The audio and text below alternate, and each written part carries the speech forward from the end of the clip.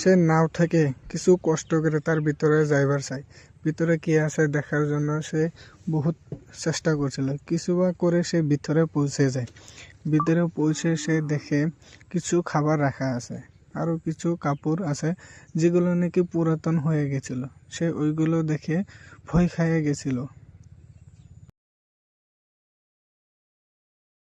এই কাহিনীটি শুরু হয় একজন জন নামের ব্যক্তির দিয়ে।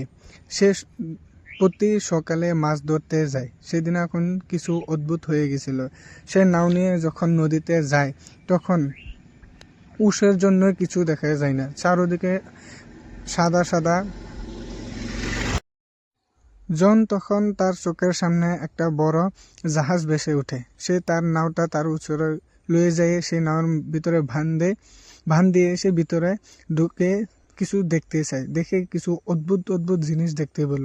সেগুলা প্রথমেই যে বলেছিলাম শুরুতে যে মানুষটার ভিতরে ঢুকে কিছু খাবার আর কিছু পুরাতন কাপড় দেখতে পায়, সেইগুলো সে দেখতে পেয়েছিল ভিতরে এসে। সে ভিতর থেকে একটা দূরবীন নিয়েও জাহাজের উপরে এসে কিছু দূরবীন লক্ষ্য করতে থাকে।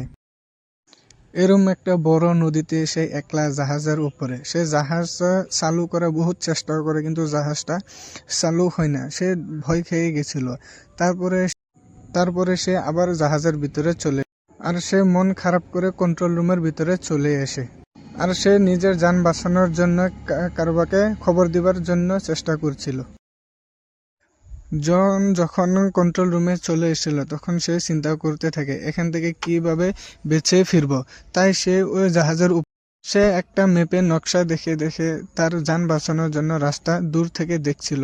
কিন্তু সে ভয় করে আছিল এত নদীর মাঝখানে সে একলা কিভাবে পার হবে। তার যান বাঁচানোর একটাই উপায় ছিল জাহাজটার ইঞ্জিন চালু করা। সে ইঞ্জিনটাকে কিছুবার করে ইঞ্জিনটা স্টার্ট করে ফেলে।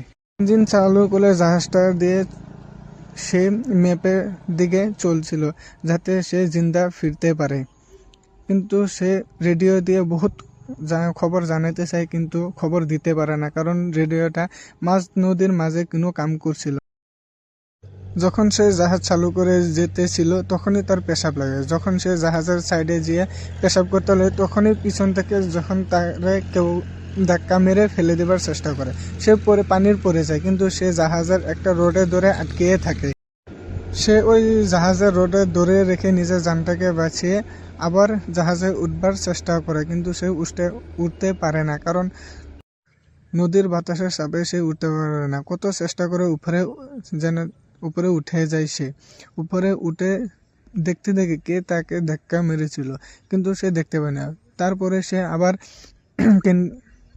আবার জাহাজের ভিতরে যেয়ে পেশাব করতে যায় বাথরুমে।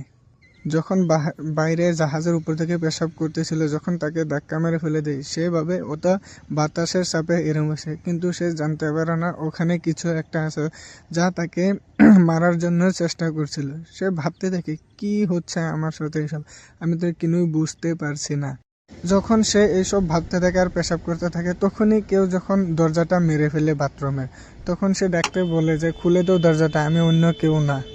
জন যখন দরজা মেরে ফেলে সে বাথরুম থেকে একটা কেঞ্চি নিয়ে দরজা খোলার চেষ্টা করে, কিন্তু খুলতে পারে না। জন দরজা না খুলতে পেরে সে ভয় খেয়ে গেছিল। তারপরে সে বাইরের দিকে দেখে রোশনি আসছে, সেই দিকে সে যায় দেখে একটা কার্গো জাহাজ ওই দিকে আসছে তার সিধা। সে ওই কার্গো জাহাজে দেখে ভাবতে থাকে ওই জাহাজের সাথে যদি তার জাহাজ খুন্দা খায় তাহলে সব ধ্বংস হয়ে যাবে। ধ্বংস হওয়ার কথা ভেবে সে ভয় খেয়ে গেছিল। কতবার চেষ্টা করে সে ওই জাহাজের বাথরুম থেকে বেরোবার চেষ্টা করছিল। সে এই জাহাজ থেকে ওই জাহাজকে খবর দেওয়ার জন্য হাত দিয়ে লাড়াচ্ছিল যাতে ওই জাহাজটা কিছু বুঝতে পায় বা তাকে দেখতে পেয়ে তাকে বাঁচিয়ে নিয়ে যায়। কিন্তু জন সেই রুম থেকে বের হতে পারছিল না, কারণ দরজাটা আগে মেরে দিচ্ছিল। সে ভয় খেয়ে তারপরে কিছু ভাবতে থাকে যে এখানে কিছু একটা হচ্ছে আমার সাথে, আমি বুঝতে পারছি না। সে ধীরে ধীরে কতবার চেষ্টা করে কিছু করতেছিল, যাতে সে বহুত চেষ্টা করছিল ওই জাহাজটাকে একটা খবর পাঠানোর জন্য। সে একটা রশিতে গিরো দিয়ে পানিতে ফেলে দিয়ে যখন সে রশিটা পানিতে ফেলায়, ওই পানিতে যেয়ে রশিটা ফ্যানের সাথে আটকে তার গলাতে আটকে যায়, তার নিঃশ্বাস নেওয়া বন্ধ হয়ে যাচ্ছিল, সে মরা অবস্থায় এসে গেছিল। সেই রশি তার গলায় আটকে সে মরা অবস্থায় চলে গেছিল।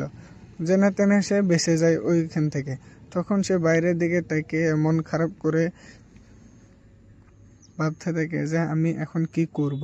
সে ভাবতে থাকে আর কাঁদতে থাকে। তার জাহাজ কার্গো জাহাজের সাথে খুন্দা খেয়ে লড়ে যায় আর সে বেহুশ হয়ে মাটিতে পড়ে যায়। জন তখন বেহুশ হয়ে মাটিতে পড়েছিল, তখনই তার হুঁশ এসে যায়, পানি ভিতরে আসছে। জাহাজের ভিতরে যে পানিটা এসেছিল সেটা সাফ পানি আর মিষ্টি পানি ছিল। সে এটা দেখে ভাবতেছে কেউ তার সাথে মজা করতেছে।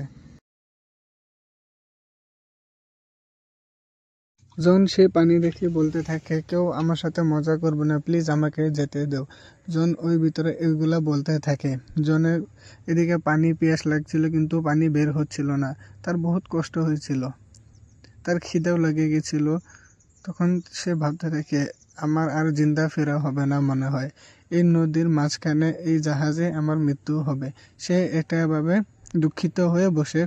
জন বহুত চেষ্টার পরে সেই জাহাজ থেকে বের হয়ে একটা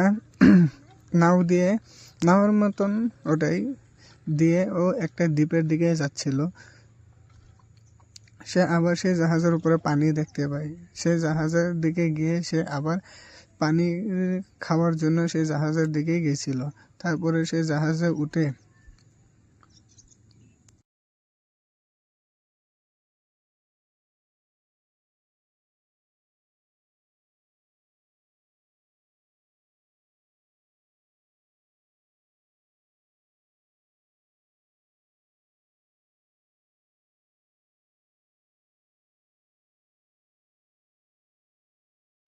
সে জাহাজের উপরে উঠার পর সে দেখতে পায় সামনে একটা অঞ্চল। সেই অঞ্চলে সে পৌঁছাবার জন্য চেষ্টা করছিল আর সে সেই জাহাজ দিয়ে ওই অঞ্চলে পৌঁছে যায় আর তার জীবন রক্ষা পেয়ে যায়।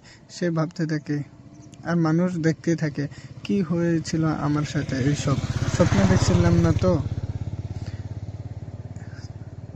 এটাই ছিল এই ছোট্ট একটা কাহিনী।